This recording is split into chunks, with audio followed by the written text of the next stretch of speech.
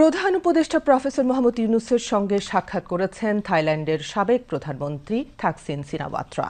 ব্যাংককে বিমস্টেক সম্মেলনের সাইডলাইনে শুক্রবার হোটেল সাংগ্রিলায় এই সাক্ষাৎ অনুষ্ঠিত হয়।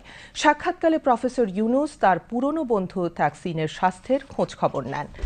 এ সময় থাকসিন জানান ২০০১ সালে দায়িত্ব গ্রহণের পরপরই তৎকালীন প্রধানমন্ত্রী থাকসিন তার সহকর্মীদের সাথে বাংলাদেশ এবং গ্রামীণ ব্যাংক পরিদর্শন করেন এবং গ্রামীণ ব্যাংকের ক্ষুদ্র ঋণ কর্মসূচির সাফল্যে অনুপ্রাণিত হয়ে থাইল্যান্ডের জন্য একটি ক্ষুদ্র ঋণ কর্মসূচির নকশা তৈরি করেন।